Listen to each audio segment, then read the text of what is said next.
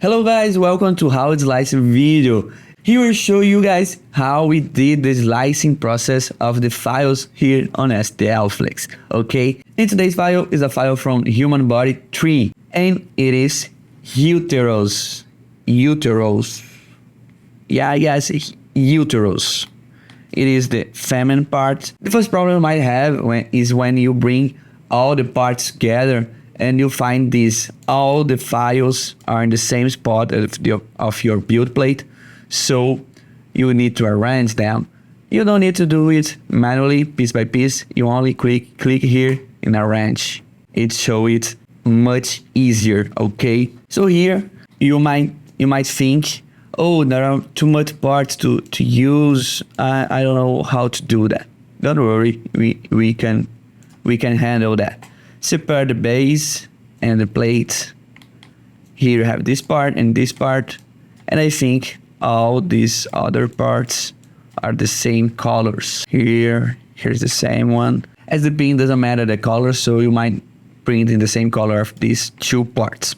Printing the parts like this is kind of tricky because you have a lot of thin parts growing together out of the build plate, and it doesn't have a lot of contact area between the build plate and the parts. So you should separate the parts in two build plates.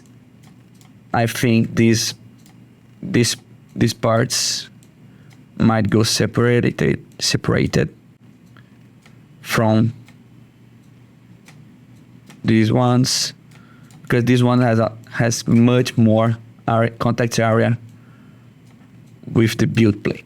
Here I would go with a little bit of supports just to make sure.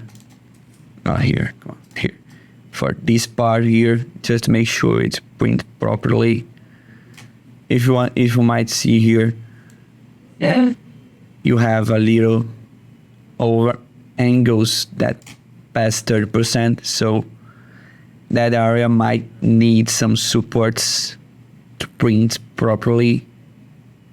Okay, so let's paint everything here to have a better quality. Okay, just this area and this area. It's not a big overhang, but it's good to have, just to make sure that you doesn't have any problem with this printing. Okay, for this one I would go with a brim. Also, let's take off the pins here because I don't want it with brims. As you can see, you have some overhangs here down the 30 degrees angle, so you might need here some supports also, just to make sure and to have some safety of this part. It's just some advices for you if you print. You know your printer, you know how does it goes with sharp angles. So here is just some tips for you to print properly, okay?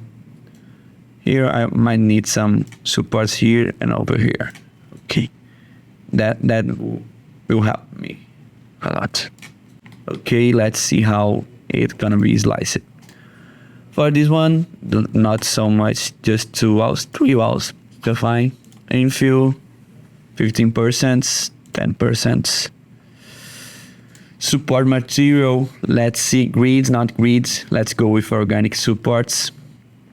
0.2 detachable. We are only use the support here just to make sure that it print properly. Pattern spacing, put 0 here. Interface layer 3, it's okay. And bottom interface just doesn't matter at all here. Okay, let's see how it goes. Okay, let's see how it goes. As you can see, doesn't have a lot of sharp angles, but it might help to not have some warping during the print, so you have more successful printers. It doesn't waste material. That's here. Okay, just make sure. Fine. And that's it. For this part of this file, I would recommend this kind of support here. Just fine. Okay, it's gonna print just fine. These ones here are tricky, really tricky. They have a lot of overhangs. They have this angle here is not a good angle to print, but it will print just fine without any support. Okay, but you might need some. If you face some failures during the printing, consider to add some supports to your printing. Okay, let's print these two parts only here. These two ones here. For these ones, we are using brim. We're gonna activate brim outside 10 millimeters, and we are enforce these parts. Let's paint some supports here for this part.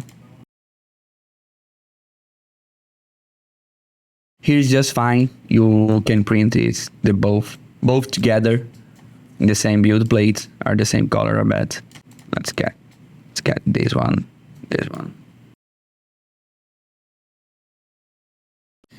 Just make sure it's okay.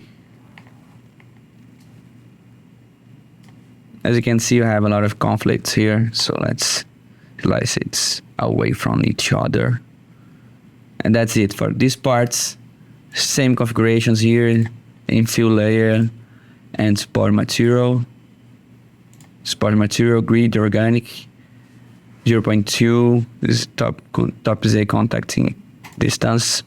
And for this one, you might need here some support here. I would put some support here, on here, just fine.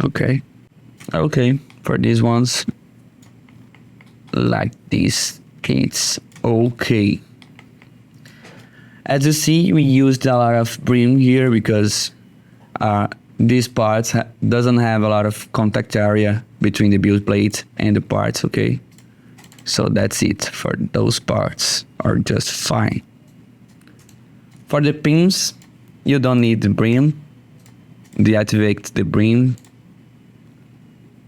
0, infill GRI, support material, generate support. You don't need support here. Just it's for the pins, just fine. Just go with the basic part. For this part is the main part, I guess, of the uterus. So you might think you need a little more detail. So let's put 0.16 layer high infill. Let's put some more infill. As you can see, we have a small contextual area between the parts and the build plate. So we might need to see here some brim. Let's put some brim here, just make sure it doesn't pop up of the build plate. Okay, just fine. Good, more contextual area. Safe here. For this stand here, you might need some strength, power, more strength. Okay, you need just 0.2 millimeter high infill. You can elevate this to 20%. Walls, put more walls, skirt brim, deactivate it. 3 hours and 13 minutes here. Yeah, I like to have the stand a little bit heavier because it's gonna show and hold everything together. And if you have it lighter, you might face some problems like, oh, it fell down or something like that. So I like to have it more. I like to have it heavier and stronger than the usual. And for the plate, it's just fine. Uterus here. You can bring that as you want. Doesn't have any secret here. Just point. You can put here 0.2 infill. Down it's to 30%, 10%. The infill here doesn't matter because it will not have infill, just 100% of printing. That's it, guys. I hope you enjoyed the video. You can find this STL on STL Flix. Thank you, guys. See you in the next video. Bye bye.